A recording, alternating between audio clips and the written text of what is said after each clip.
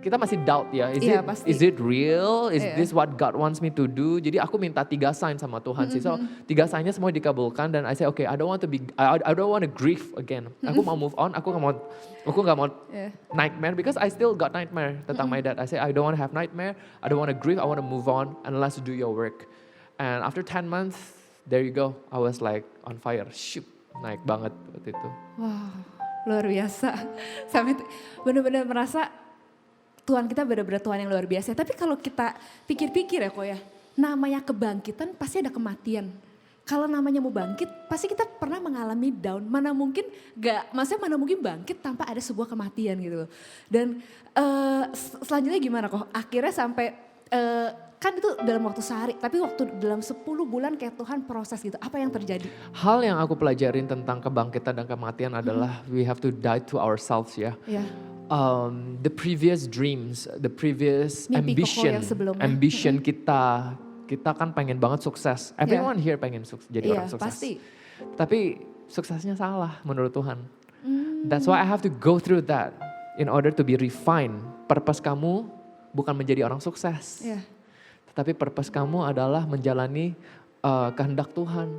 Itu adalah kesuksesan kamu di surga. So aku ngerti. So I told God, okay, I don't want to be successful.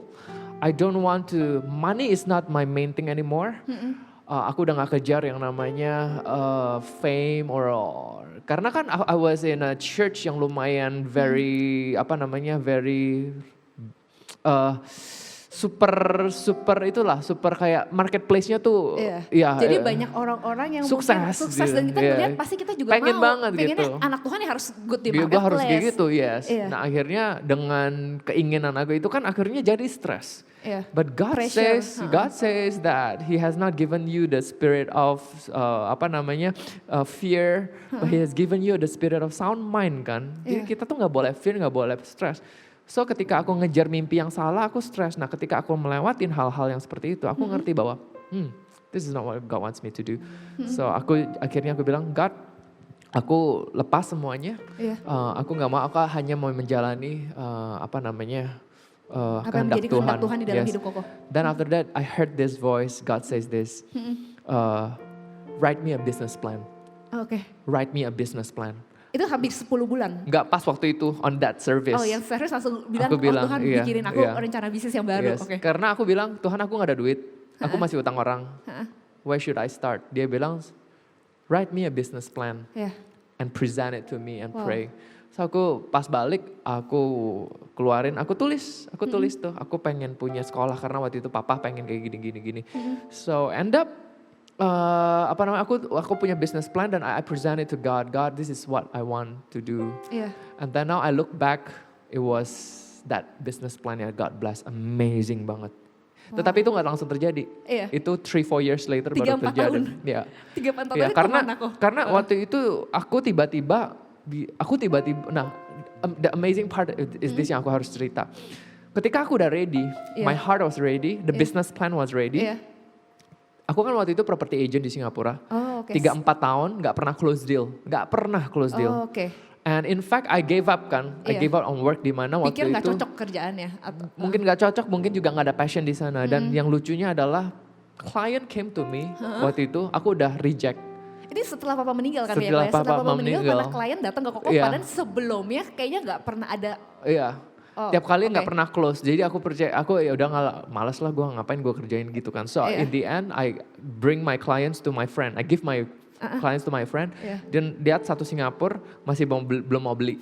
Terus dia balik lagi, Jor, udahlah kamu pilih aja, aku pasti beli. Serius kok, ya udah aku coba gitu. So I just pick a good one, and then dia lihat dan dia langsung kasih cek. It was my first check in my whole life yang harganya. Gue dapat $20,000 nih, buset.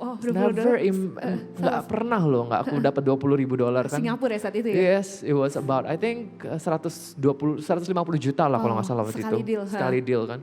And then tiba-tiba 2 minggu kemudian dia ajak kakaknya, cicenya mau beli juga. And then fun, yang lucunya dalam 3 bulan itu.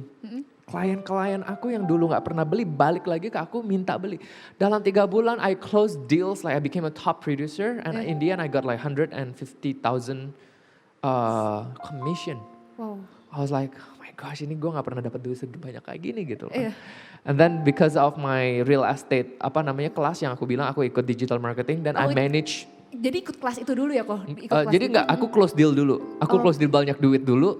Akhirnya aku tahu, God, I know this is just a miracle. Ini dari mana doang, tapi ini nggak mungkin dong selamanya gue dikasih miracle kayak gini. Iya, kita masih ngelakuin our part juga, bagiannya kita. So akhirnya aku dikasih suruh teman untuk belajar. Nah aku oh ternyata miracle ada, tetapi kita juga harus tahu bagaimana caranya untuk me-expand the miracles. So akhirnya aku belajar digital marketing dan it changed my life again for the second time. Dan aku tahu digital marketing dan jalan, dan every month I got that kind of amount. Wow. So every month I got 50,000. Berarti sekitar 150 juta ya tadi aku bilang atau? Enggak, lebih lagi sekarang. Lagi ya? Jadi kayaknya udah 200-300 juta per bulan every month. 200-300 juta. Yang lucunya gini kok, karena pas Koko memutuskan untuk jagain papa itu kan beberapa tahun. Terus kan 10 bulan. Anggapnya itu kayak customer istilahnya udah lost contact lah. Maksudnya udah kok bisa dia kembali lagi. Balik lagi. Wow. From that incident onwards aku ngerti sesuatu hal. Kalau Tuhan mau kamu kaya, kamu satu hari kaya. Jadi gak usah cari beneran. Gak usah cari deh harta-harta kayak gitu, gak usah. Karena aku udah tolak loh. Tetap datang kan duit. Iya, kan tadi mau kasih ke temen kan. Iya, tetap aja memang rezeki gak mungkin lari kemana-mana. So I understand.